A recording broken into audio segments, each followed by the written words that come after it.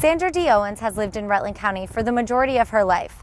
She practices shifting her thinking to a positive mind to keep her on the path to wellness. PEG TV's Alex Brownell spent a few days with Sandra to learn more about herself, what she does, and how she keeps her mind shifted to living a healthy and happy life. Sandra has recently started a new show on PEG TV, Shift Your Mind, taking you on some of her adventures outside and her 30-year journey to wellness.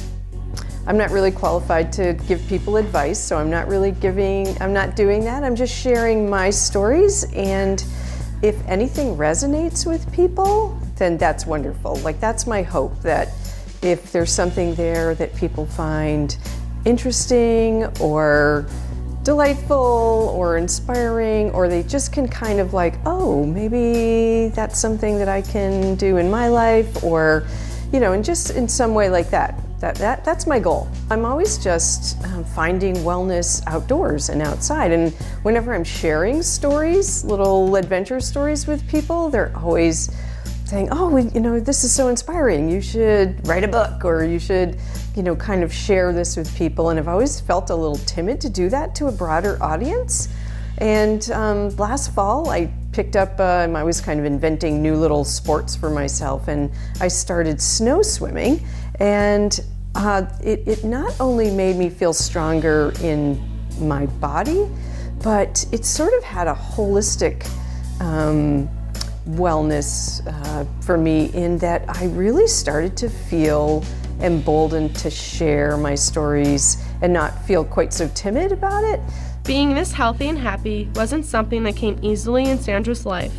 In her early 20s, Sandra faced very hard times with her health and her personal life.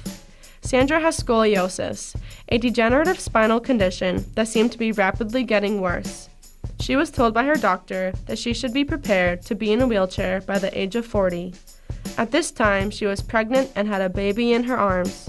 A lot of things were happening in my life at that same time. My husband and I became homeless. We actually wound up losing the apartment that we were living in.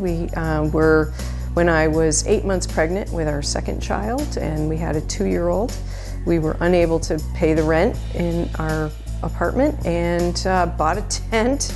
And so I guess technically that's not homeless. We just lived in a tent for a summer, and wound up leaving that because a coworker of mine came up to me, a well-meaning person came up to me and actually said, if you don't get out of that tent before this baby is born, I'm going to call the state on you and have your children taken away. Yeah, and it was a defining moment. Still haunts me all these years later. I'm 57, and just the thought of it haunts me. Sandra and her family soon bought some land with a burnt-down house and a small garage on the property. They moved into the garage with no running water.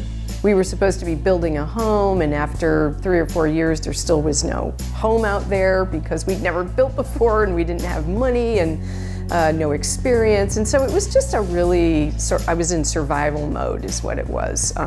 But I was in it for a long time. And we're really not meant to live in survival mode for long periods of time. And after a while, it started to just emotionally take a toll on me. With her back pain increasing and no health insurance, she was unable to sit in a chair, stand, or walk for a period of time. So she decided to apply for disability at the age of 25. So one day, I was alone, and I got the notice of rejection from the disability. And I was devastated. I just didn't have any other options. I actually felt cornered like a rat. Like, oh my goodness, there is nothing out there for me to help me. And I was, 25, 26 years old, and I kind of felt the walls kind of coming in, and I just felt trapped, and cried for about 15 minutes really hard on the stairs. Oh, my life is over, what am I gonna do, And about that same time, my whole situation in my garage was starting to really take its toll on me emotionally, and I was headed toward a nervous breakdown, which took me 3 years to recover from. And it was also, that was probably the most difficult thing I have ever endured in my life. It was extremely challenging, and it was 24 hours a day, nonstop anxiety. So for anyone that has experienced anxiety or an anxiety attack, to have that round the clock for 2.5 to 3 years where you can't get it under control, and it literally feels like your whole world is just crashing down. Sandra realized that she had to look within herself to find a way to feel better. She decided to get on the floor and start doing stretches until her back would hurt. Instead of backing away from the pain, she decided to push through it. After a few minutes of stretching, she would have to lay on the couch. She only gave herself a few minutes to relax before she got back on the ground to continue stretching.